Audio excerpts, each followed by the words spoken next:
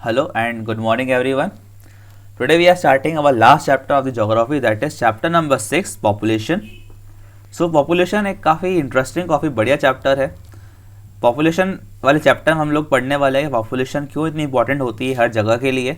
Okay हर एक जगह जिसको हम बोलते हैं नेशन या कंट्री या स्टेट, आप जो भी बोलें, उसके 4 पार्ट होते हैं. ओके हर नेशन या हर कंट्री के 4 पार्ट होते हैं, जिसमें से एक पार्ट होता है उसके ह्यूमंस, उसके ह्यूमन रिसोर्सेज, जिसको हम बोलते हैं पॉपुलेशन. ह्यूमन रिसोर्स और पॉपुलेशन एक कंट्री के लिए, एक स्टेट के लिए बहुत ही इंपॉर्टेंट चीज़ होती है, बहुत ही इंपॉर्टेंट कॉन्सेप्ट है. बिना ह्यूमंस के एक जगह नहीं होती, आप जानते हैं. ओके हम लोगों ने हमारे वाले चैप्टर में पढ़ा था रिसोर्सेज वाले में, रिसोर्स जब तक यूटिलाइज नहीं होता तब तक रिसोर्स नहीं होता. तो उसको यूटिलाइज करने वाले कौन होता है? ह्यूमंस होते हैं. देखिए पॉपुलेशन एक बहुत ही इंपॉर्टेंट कॉन्सेप्ट है, क्योंकि इससे हमें पता चलता है कि कितने लोग हमारे एरिया में रहते हैं. उसके अलावा और भी बहुत सारे इससे हमें फैक्टर्स पता चलते हैं. अगर हम बात करेंगे इस चैप्टर में इंडियन पॉपुलेशन के बारे में, ठीक है, इंडिया में पॉपुलेशन नापने के लिए जो है हर साल तो नहीं, हर 10 साल में होता है एक सेंसस, जिसको हम बोलते हैं. ओके सेंसस क्या करता है? हमारे इंडिया की पॉपुलेशन को जो है काउंट करता है और अलग अलग हमें मेजर्स बताता है कि इस काउंटिंग में कितने लोग जो है लिटरेट थे, कितने लिटरेट नहीं थे, कितने लोग रूरल एरिया में रह रहे हैं, कितने लोग अर्बन में, कितने लोगों को जो है, मतलब बहुत सारे मेजर्स ये सेंसस जो है हमें निकाल के देता है. सेंसस जो एक प्राइमरी डेटा है और सेंसस के बेसिस पे ही इंडिया में बहुत सारी फिर पॉलिसीज़ आती हैं. क्योंकि देखिए अगर हमें पता होगा कि अभी भी इंडिया में किस चीज़ में दिक्कत जा रही है, अभी लोगों के हेल्थ में पैसा डालना चाहिए, लोगों के एजुकेशन में हेल्प करनी चाहिए, पॉवर्टी में गवर्नमेंट को काम करना चाहिए, ठीक है, तो ये सब चीज़ों में कहाँ इंडिया पिछड़ रहा है हमें कहाँ से पता चलता है? हमारे इंडिया के सेंसस से. ओके जो हमें बताता है कि पॉपुलेशन के ज़्यादातर लोगों को क्या दिक्कत है, क्या परेशानियाँ आ रही हैं. ये सेंसस स्टार्ट किया गया था इंडिया में 1881 से, मीटर क्यों गया ये, 1881 से इसको स्टार्ट किया गया था. पिछला सेंसस जो हमारा अभी हुआ था वो हुआ था 2011 में. ओके जिसकी स्टडी हम लोग देखने वाले हैं, ठीक है. 2021 में अब सेंसस फिर से होने वाला है, अभी इस साल फिर से होगा सेंसस. चलिए स्टार्ट करते हैं चैप्टर को. तो can you imagine a world without human beings? तो ह्यूमन बींग्स के बिना कोई वर्ल्ड नहीं है. Who would have utilize the resources? जो हमने बात करी कि अगर ह्यूमंस नहीं होते तो रिसोर्सेज यूटिलाइज कौन करता? And created social and cultural environment. The people are important to develop the economy. जितने ज़्यादा स्किलफुल लोग होंगे, जितने डेवलप्ड लोग होंगे, उतनी डेवलप क्या होगी वो कंट्री होगी, उतनी डेवलप उसकी इकोनॉमी होगी. The people make and use resources and are themself resource with varying quality.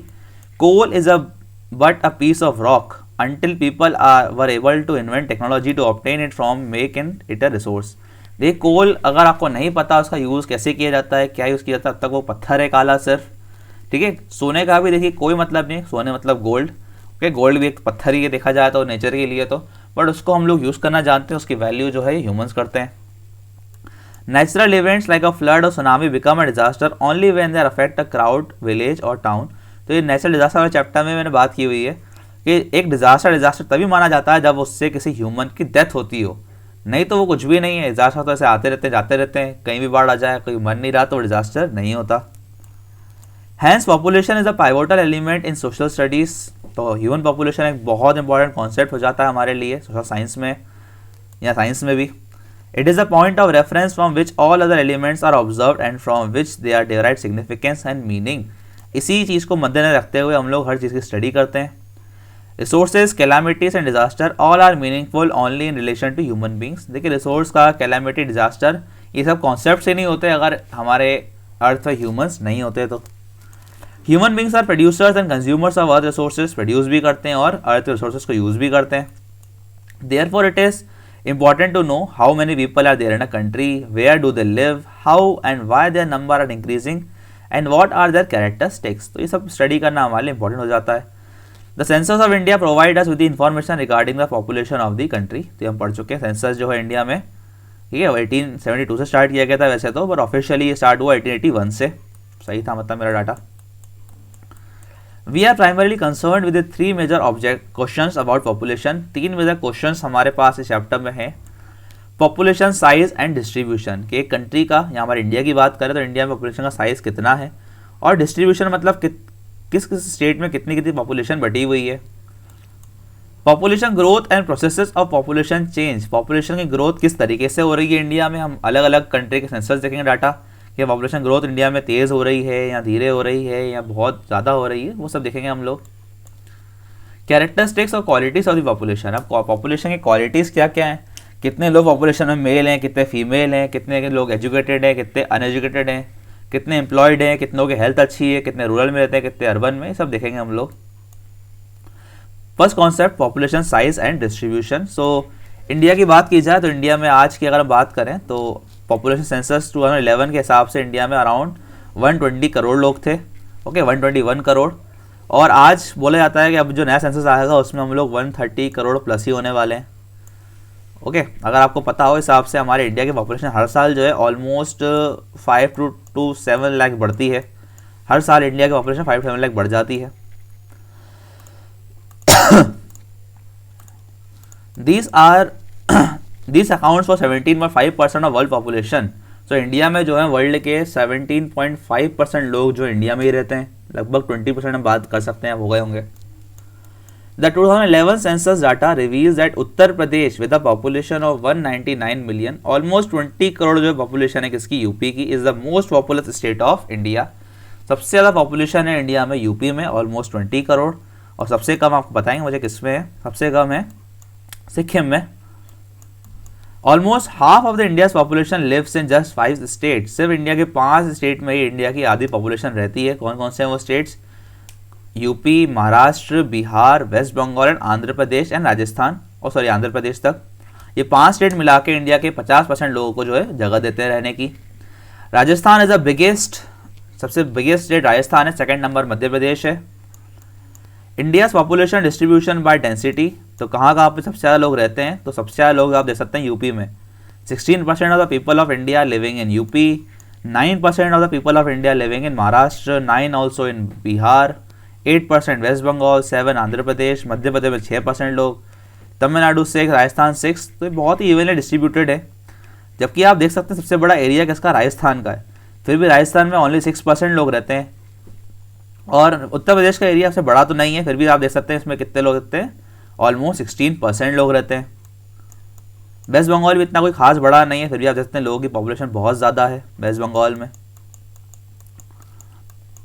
ये भी मैप की तरफ शो किया गया है, मैप में कलर दिखा के, you can study here, okay. अलग अलग कलर्स से जो है डिपिक्ट किया गया है पॉपुलेशन को। The population density of India in the year 2011 was 382 person पर स्क्वायर किलोमीटर। देखिए डेंसिटी का मतलब क्या होता है कि 1 स्क्वायर किलोमीटर के एरिया में, ओके, जैसे मान लीजिए पूरा हमारा इंडिया है, ओके, पूरा इंडिया कितने स्क्वायर किलोमीटर्स होगा, कुछ कुछ, अगर हम उसमें से 1 स्क्वायर किलोमीटर किसी को उठाएं, 1 स्क्वायर किलोमीटर का एरिया हम लोग देखें और इसमें स्टडी करते हैं हम लोग कि कितने कितने लोग जो हैं उस पूरे एरिया में रहते हैं, ओके। सो इसका अगर हम एवरेज निकालें पूरे इंडिया का, तो इंडिया का पूरा एवरेज आता है वो 382 पर्सनस पर स्क्वायर किलोमीटर, कि इंडिया में एवरेजली हर 1 स्क्वायर किलोमीटर में 382 लोग रहते हैं, ठीक है। ये भी अलग अलग है। देखिए बिहार का अगर आप निकालेंगे ऐसे, तो बिहार में जो है हर 1 स्क्वायर किलोमीटर में रहते हैं 1102 लोग, जो कि सबसे हाईएस्ट है बिहार का, क्योंकि बिहार का एरिया छोटा है और लोग बहुत ज़्यादा हैं, ओके। और सबसे कम पॉपुलेशन डेंसिटी आती है अरुणाचल प्रदेश की। अरुणाचल प्रदेश क्या है, एरिया बड़ा है पर पॉपुलेशन उसमें कम है, तो डेंसिटी उसकी कम हो जाती है पॉपुलेशन की। ये सब चीज़ें आपको याद रखनी पड़ेंगी, वैसे भी चेंज हो जाएंगी ये, फिर भी जब तक नहीं होती तब तक आप याद रखें इन चीज़ों को। Note the states with population density with below 250 persons per square kilometre, rugged terrain and unfavourable conditions. देखिए जहाँ पर पॉपुलेशन डेंसिटी कम है, मतलब उन स्टेट्स में जो है रहने के लिए इतनी अच्छी कंडीशंस नहीं है। जैसे हम बात करें अरुणाचल प्रदेश की, अरुणाचल प्रदेश में जो इतनी सी कंडीशंस नहीं है। और हम बात करें अगर बाकी स्टेट जहाँ पर पॉपुलेशन इतनी ज़्यादा नहीं है डेंसिटी, तो वहाँ पर जो है रहने के लिए हमें कंडीशन इतनी अच्छी नहीं मिलती। बिहार की बात करें तो बिहार में कंडीशंस बहुत बढ़िया हैं, बढ़िया प्लेन इलाका है, गंगा वहाँ से फ्लो करती है, इसलिए बिहार में यूपी में पॉपुलेशन बहुत ज़्यादा है। Population growth and processes of population change. अब चेंज जो है पॉपुलेशन का हम लोग कैसे देखते हैं, देखिए पॉपुलेशन चेंज निकाला जाता है इस तरीके से कि कितने लोगों का पहले तो आप निकालते हैं कि बर्थ हुआ है एक पर्टिकुलर एरिया में, उसमें से माइनस करते हैं कितने लोगों की डेथ हुई है, ओके। और इसमें हम लोग प्लस कर देते हैं और कि कितने लोग माइग्रेट करके हमारे यहाँ पर आए हैं, ओके। जो माइग्रेटरी पीपल होते हैं, जैसे बाहर के रहने वाले किसी और स्टेट के लोग हमारे स्टेट में आ जाए, या बाहर की कंट्री के लोग हमारी कंट्री में आ जाए काम करने के लिए या रहने के लिए या पढ़ाई वढ़ाई के लिए, ओके। सो इस तरीके से हम देखते हैं कि हमारी पॉपुलेशन कितनी बढ़ी कितनी घटी। अगर हम इसको हटा दें तो मान लीजिए बर्थ रेट ज़्यादा है, डेथ रेट कम है, तो हम बोलेंगे हमारी पॉपुलेशन जो है वो ग्रोथ कर रही है। और अगर हमारा बर्थ रेट कम है, डेथ रेट ज़्यादा है, तो हमारी पॉपुलेशन जो है वो डिक्लाइन कर रही है, कम हो रही है। सो इंडिया की पॉपुलेशन आपको पता ही है क्या कर रही है, ग्रो ही कर रही है। आगे बात करें इसमें पॉपुलेशन ग्रोथ, तो growth of population refers to change in the number of inhabitants of a country during a specific period of time, say during the last 10 years. तो आखिरी 10 साल में आप देख सकते हैं कितना ग्रोथ हुआ पॉपुलेशन का, दैट इज पॉपुलेशन ग्रोथ। अगर आप एक साल का निकालते हैं उसको बोलते हैं हम लोग annual growth rate. The absolute numbers added each year or that is the magnitude of increase. It is obtained by simply subtracting the earlier population from the later. The rate or the pace of population increases is the other important aspect. तो कितनी rate से बढ़ रहे हैं वो हमारा growth rate हो जाता है, कि हर साल या हर 10 साल में कितनी रेट से बढ़ रहे हैं, कितने परसेंटेज से बढ़ रहा है। तो ये आप देख सकते हैं एनुअल ग्रोथ रेट परसेंटेज के टर्म्स में आप देख सकते हैं 2001 में जो है पॉपुलेशन बढ़ी थी ऑलमोस्ट 1.97%, उससे पहले से, और अब जो है आप देख सकते हैं 2011 में इट इज़ ऑलमोस्ट 1.64%। तो ग्रोथ रेट देखिए माइनस हुआ है, पर लोग जो हैं वो तो बढ़े ही हैं। ये ग्रोथ रेट जो है माइनस दिख रहा है आपको यहाँ पर 2 सालों के बीच में, but population has been increased, but उतने ज़्यादा लोग जितने उस साल में बढ़े थे उतने इस साल में नहीं बढ़े। Since 1981, however, the rate of growth started declining gradually. During this period, birth rate declined rapidly. तो देखिए हुआ अगर 1981 में इंडिया में बहुत सारे जो चाइल्ड थे, जिसको हम क्या बोलते हैं, मॉर्टेलिटी रेट जो है काफ़ी इंडिया का हाई था, क्योंकि इंडिया की हेल्थ कंडीशन उतनी अच्छी नहीं थी। तो दैट्स वाई इंडिया का पॉपुलेशन ग्रोथ रेट जो इतना ज़्यादा नहीं था। देखिए अब मैंने आपको क्या पढ़ा था स्टार्टिंग में चैप्टर के, कि इन सब चीज़ों से गवर्नमेंट अपनी पॉलिसीज़ बनाती है। 1981 में गवर्नमेंट ने सेंसस किया, पता चला कि इंडिया की ग्रोथ रेट इतनी नहीं हो पा रही है, बच्चों की बहुत डेथ हो रही है। क्यों? Because the health issue is there. So health issue बहुत ज़्यादा था इंडिया में, तो उस समय तो इंडिया में हेल्थ इशूज़ को ठीक किया गया। देखिए एक समय सेंसस हुआ था पॉपुलेशन, मतलब इंडिया के इंडिपेंडेंट होने से पहले, उसमें पता चला कि एवरेज एक इंडियन की जो एज है वो थी उस समय 30 ईयर्स। मतलब कि एक एवरेज इंडियन जो जीता था उस समय वो था 30 ईयर्स तक जीता था। तो 30 ईयर्स, और आज कितनी है, आज जो है it is around 60 years, double हो चुकी है बिल्कुल। ये एवरेज ग्रोथ रेट बढ़ी कैसे? ओके, एवरेज एज जो है इंडियंस की बढ़ी कैसे? अच्छी हेल्थ कंडीशंस प्रोवाइड करके। आज इंडिया ने अपनी हेल्थ कंडीशन में इम्प्रूवमेंट किया है। पहले लोग इतनी अच्छी हेल्थ कंडीशंस नहीं थी, इतनी साफ सफाई नहीं थी, लोग इतनी अच्छी लाइफ, इतनी ज़्यादा लाइफ नहीं जी पाते थे, क्योंकि किसी को कोई बीमारी हुई तो उसकी डेथ हो जाती थी, हॉस्पिटल्स नहीं थे। बट इंडिया ने हॉस्पिटल्स बनाए। अब आप देख सकते हैं इसका जो ये एवरेज एज है इंडियन की वो हो गई 60 ईयर्स। अगर आप बात करें किसी और कंट्री की, मान लीजिए बात करते हैं जापान की, जो कि बहुत डेवलप्ड है, बहुत अच्छा हेल्थ सिस्टम है, उसमें एवरेज एज है एक पर्सन की अराउंड 90 ईयर्स। ठीक है, तो ये सब पैमाने निकाले जाते हैं पॉपुलेशन सेंसस से, और यही इंपॉर्टेंट होते हैं हमारी गवर्नमेंट पॉलिसीज़ के लिए। ये वही है आपका इंडियन पॉपुलेशन जो है बढ़ती चली गई, growth rate and everything. Next है अपना process of population growth rate. Okay, birth rate मतलब कितने लोगों का बर्थ हुआ है इस साल में। ओके, मतलब मान लीजिए पिछले साल इंडिया पॉपुलेशन मान लीजिए थी 122 करोड़, इस साल आप देख रहे हैं इस साल हो गई 122.5। ओके, तो 50 लाख लोग बढ़ गए, that is birth rate. It is a major component of growth because in India birth rate has always been higher than death rate. Death rate क्या होता है? कितने लोगों की डेथ हुई है, simple. Till 1980, high birth rate and declining death rate led to a large difference between high birth rate and death rate, resulting in a higher rate of population growth. Since 1981, birth rate have also started declining gradually, resulting in a gradual decline in the rate of population growth. तो जितना ज़्यादा birth rate होगा उतना ज़्यादा क्या बढ़ेगी population, जितना कम death rate होगा उतनी पॉपुलेशन बढ़ेगी। तो सिंपल समझा चुका हूँ आपको मैं पहले भी ये चीज़। माइग्रेशन एक तीसरा कॉन्सेप्ट है, जितने ज़्यादा लोग माइग्रेट करके आएंगे उतनी ज़्यादा क्या होगी, पॉपुलेशन बढ़ेगी। जितने कम आएंगे उतनी कम होगी। There are 2 types of migration. पहली होती है इंटरनल, मतलब बिटवीन डिफरेंट स्टेट्स, कोई और स्टेट का इंसान किसी और स्टेट में चला गया, मान लीजिए एमपी के लोग जाके दिल्ली में रह रहे हैं, तो that is internal migration. Next is international migration between countries, कोई बांग्लादेश का इंसान, नेपाल का इंसान इंडिया में आके रह रहा है, दैट इज इंटरनेशनल माइग्रेशन।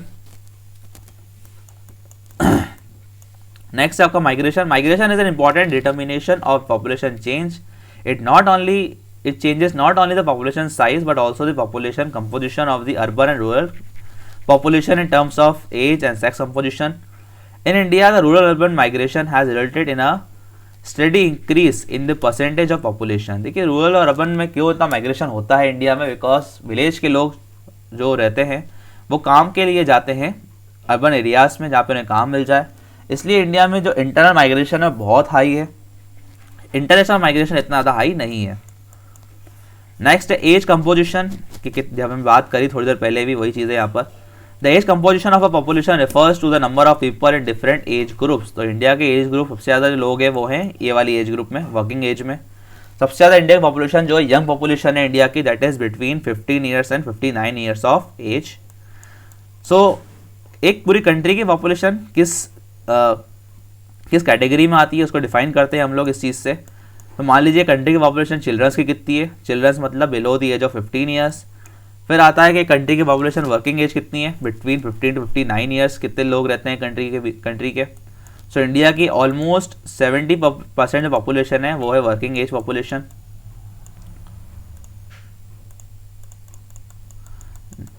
ये दे सकते हैं आप लोग पाई, ठीक है। ये देखिए एडल्ट जो इंडिया में ऑलमोस्ट 60%, एजेड लोग मतलब अबव 59 ईयर जिसकी एज है they are almost 7%, and childrens below the age of 15 years are 34.4%। तो चिल्ड्रन एडल्ट की जो परसेंटेज इंडिया में बहुत हाई है। जबकि अगर आप जापान का पाई देखेंगे, जापान में जो है एजेड की पॉपुलेशन सबसे ज़्यादा है, अराउंड 50% एजेड है। They can be economically productive through they may have retired. तो ये लोग जो होते हैं काफ़ी एक्सपीरियंस लोग होते हैं एजेड, जो ये काम वाम कर चुके हैं 60 साल तक। ओके 60 ईयर्स तक माना जाता है कि इंसान जो है बहुत प्रोडक्टिविटी इसकी हाई होती है, बट 60 ईयर्स 59 ईयर्स के बाद प्रोडक्टिविटी जो है कम हो जाती है, इसलिए रिटायरमेंट दे देना चाहिए उसे। Next is sex ratio. Sex ratio का मतलब होता है difference between male and females. Okay इसको नापा जाता है कि 1000 लोग की हमने स्टडी करी, मान लीजिए हम लोग गए, हमने किसी भी 1000 को उठाया और हमने उसमें स्टडी करी कि 1000 में से कितने लोग मेल थे कितने फीमेल थे। ओके तो हमने देखा कि देयर वर 1000 लोगों में जो है, या मान लीजिए हम लोगों ने 1000 मेल्स की स्टडी करी। ओके एक पॉपुलेशन हमने उठाया, हम लोगों ने देखा कि 1000 मेल्स हमें मिले। तो 1000 मेल्स जब मिले तो उस 1000 मेल में कितनी फीमेल्स थी, तो उसको हम बोलते हैं सेक्स रेशो। देखिए फिर समझाता हूँ आपको मैं चीज़। मान लीजिए हम लोग एक एरिया पे गए, हम लोगों ने कुछ लोगों को अलग किया, ठीक है। हम लोग गिनते चले गए 1 मेल 2 मेल 3 मेल 4 मेल, ठीक है। और उन मेल के साथ कितनी फीमेल है उनको भी लेते चले गए। ऐसे करते करते जितने हम लोगों ने टोटल 1000 मेल्स लिए। अब हमने काउंट करना स्टार्ट किया कि उन मेल्स के साथ कितनी फीमेल्स भी थी उनके घर में, ठीक है। तो मान लीजिए हमें पता चला कि 1000 मेल्स निकले तो उनके घरों में थी 900 फीमेल्स। इसका अगर हम रेशो निकालें 0 काट के तो हमें पता चलता है कि हर 10 मेल पर कितनी फीमेल है हमारे इनके घरों में, 9 फीमेल। तो इसको हम बोलते हैं सेक्स रेशो कि 1000 मेल्स पे कितनी फीमेल्स हैं पर एरिया में। इससे नापा जाता है कि एक पर्टिकुलर एरिया में मेल्स का डोमिनेशन ज़्यादा है या फीमेल का। सो इंडिया में जो है सिर्फ आप 2-3 स्टेट्स ही हैं जहाँ पर फीमेल पॉपुलेशन ज़्यादा है मेल से, जहाँ पर 1000 मेल्स पर 1000 से ज़्यादा फीमेल्स आती हैं। वो एरिया है आप केरला, अरुणाचल प्रदेश, मणिपुर, मेघालय, ये कुछ 3-4 स्टेट्स हैं। बाकी तो हर स्टेट में आप देख सकते हैं, ये देखिए ये दिया हुआ है आपका कि 1000 मेल्स पे कितनी फीमेल्स है इंडिया में। तो पूरे इंडिया की बात की जाए तो पूरे इंडिया में 2011 में 943 फीमेल्स मिली है हमें पर 1000 males. Kerala has the highest sex ratio, अब जो है इंडिया में वो हो गया अरुणाचल प्रदेश का। नेक्स्ट है लिटरेसी रेट। लिटरेसी रेट मतलब इंडिया में कितने लिटरेट लोग हैं, कितने पढ़े लिखे लोग हैं। 2011 के सेंसस के अनुसार इंडिया में अराउंड जो लिटरेसी रेट है वो है 74.04%। ओके इंडिया में 74.04% जो लोग हैं वो पढ़े लिखे हैं। सबसे हाईएस्ट लिटरेसी रेट है इंडिया में केरला का, 99% के आसपास हो गया है आजकल। और सबसे कम आपको पता होगा बिहार का है, ठीक है। लिटरेसी रेट अगर मेल और फीमेल्स की बात की जाए तो मेल लिटरेसी रेट है around 80.9% and female literacy rate India का 64.6%। नेक्स्ट है ऑक्यूपेशनल स्ट्रक्चर, कितने लोग एम्प्लॉयड है कितने लोग अनएम्प्लॉयड हैं। एम्प्लॉयड हैं तो किस सेक्टर में काम करते हैं, प्राइमरी, सेकेंडरी या टर्जरी। सो प्राइमरी सेक्टर की बात की जाए तो प्राइमरी सेक्टर में आज भी मतलब एग्रीकल्चर सेक्टर में आज भी इंडिया के जो है देयर आर अराउंड 50% इंडिया के लोग आज भी जो है they are in primary sector. Okay पर अब ये धीरे धीरे चेंज हो रहा है। प्राइमरी सेक्टर में अब जो है ऑलमोस्ट 30 to 40% लोग हो चुके हैं इंगेज।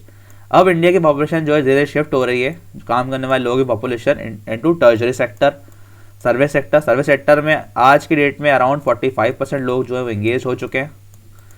इंडिया की टोटल एम्प्लॉयमेंट या टोटल वर्किंग पॉपुलेशन का 45% जो है वो टर्शरी सेक्टर में जा चुका है, क्योंकि पैसा अच्छा मिलता है टर्शरी सेक्टर में, प्रोडक्टिविटी अच्छी है। ओके, यही सब डाटा यहाँ पे दिया हुआ है, आप रीड कर सकते हैं। थोड़ा पुराना डाटा है, मैं आपको पढ़ा रहा हूँ थोड़ा नया डाटा। नेक्स्ट इंडिया की हेल्थ कैसे नापी जाती है, हमने आपको पहले बता दिया कि जितनी ज़्यादा एवरेज लाइफ होगी कंट्री की उतनी अच्छी क्या होगी उसकी हेल्थ कंडीशंस। तो ये आप देख सकते हैं 1951 में इंडिया की एवरेज लाइफ जो थी एक पर्सन की वो थी 36.7 ईयर्स, अब कितनी हो गई है 2012 में 67.9 ईयर्स। तो कितनी बढ़ चुकी है, because our health conditions have been improved. इसको कैसे नापा जाता है, इसको नापा जाता है ऐसे कि हर 1000 लोगों में कितने लोगों की डेथ जो है बचपन में ही हो गई, पैदा होते ही, जिसको हम बोलते हैं मॉर्टेलिटी रेट। ओके, तो उसके बाद नापा जाता है, हर एक एरिया का भी देखा जाता है, किसी एरिया में ज़्यादा डेथ तो नहीं हो रही, अगर हो रही है तो उसके क्या क्या रीजंस हो सकते हैं, क्या कारण है उसके। ठीक है, उसके कारण जैसे बोले जाता है कि उसका कारण हो सकता है जैसे कि आपका माल न्यूट्रिशन, जिसको हम हिंदी में क्या कहते हैं, कुपोषण।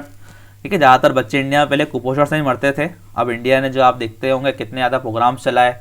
ओके, मदर्स जो होती है उनको कितनी ज़्यादा हेल्प प्रोवाइड की जा रही है आज की डेट में। एडल्ट पॉपुलेशन मतलब population of between 15 to 59 years. तो इंडिया की पॉपुलेशन सबसे ज़्यादा है इस वाले ग्रुप में, हमने बात कर ली है। ये पॉपुलेशन इंडिया के लिए क्यों अच्छी है आपको पता होगा, क्योंकि ये पॉपुलेशन जिस भी कंट्री की ज़्यादा होती है बोला जाता है कि उस कंट्री में डेवलपमेंट होने वाला है, क्योंकि ज़्यादातर लोग काम करने वाले हैं तो वो काम करेंगे तो फिर क्या होगा, उससे एक कंट्री को डेवलपमेंट होगा। The most significant feature of Indian population size of the adult population is constitute 1/5 of the total population of India. Adolescents are generally grouped in the age of 10 to 19 years. 10 से लेकर 19 साल तक के लोगों को हम बोलते हैं adolescents. They are the most important resources for the future. Future resources के लिए बहुत इंपॉर्टेंट होते हैं, क्योंकि इन लोगों को पढ़ा लिखा के ही आगे फ्यूचर जो है एक कंट्री का डिफाइन होता है। Nutrition requirements of adolescents are higher than those of a normal child और एडल्ट। तो इनकी न्यूट्रिशन रिक्वायरमेंट जो है बहुत ज़्यादा होती है। Poor nutrition can lead to the deficiency and stunted growth. अगर अच्छे से न्यूट्रिशन नहीं मिला इन लोगों को तो इनकी आगे ग्रोथ अच्छी नहीं होगी। अगर इनकी ग्रोथ अच्छी नहीं हुई तो आगे कंट्री की ग्रोथ अच्छी नहीं होगी। A large number of adults and girls suffer from anaemia. Anaemia नाम की बीमारी होती है, जिसको हम बोलते हैं कि मतलब इतना प्रोटीन नहीं है उनके अंदर।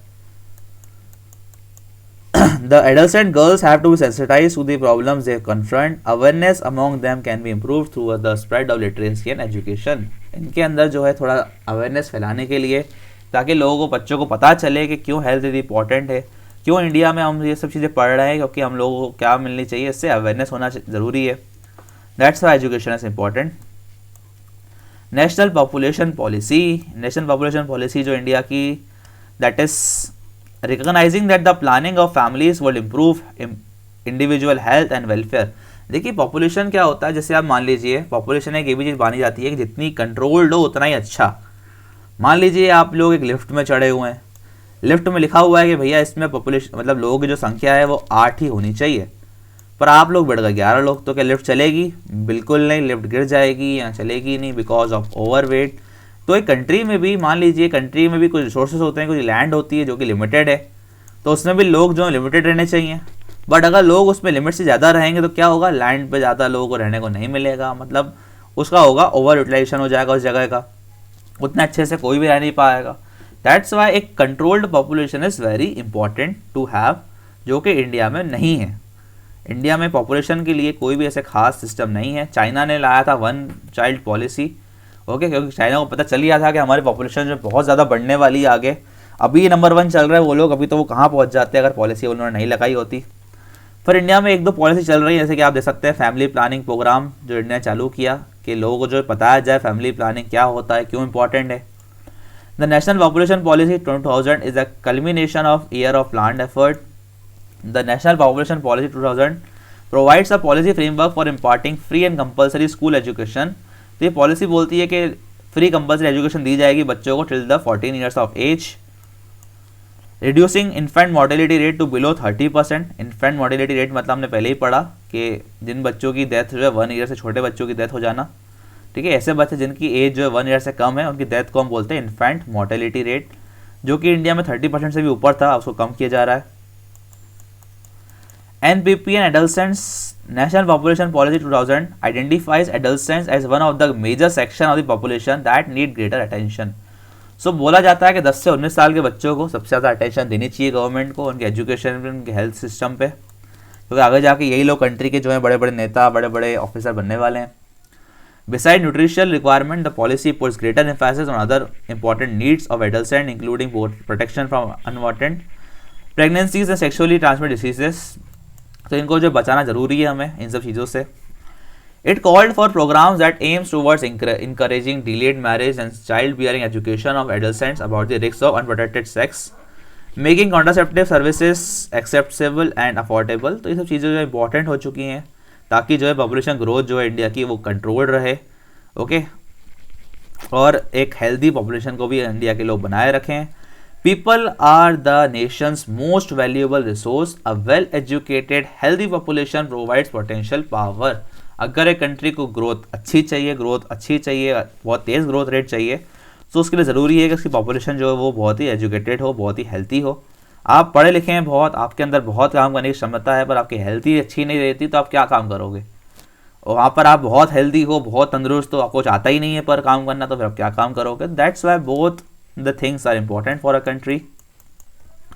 You can solve the given MCQs here. Okay, I am teaching most of the topics in Hindi because I think most of the people are going to understand better in Hindi language.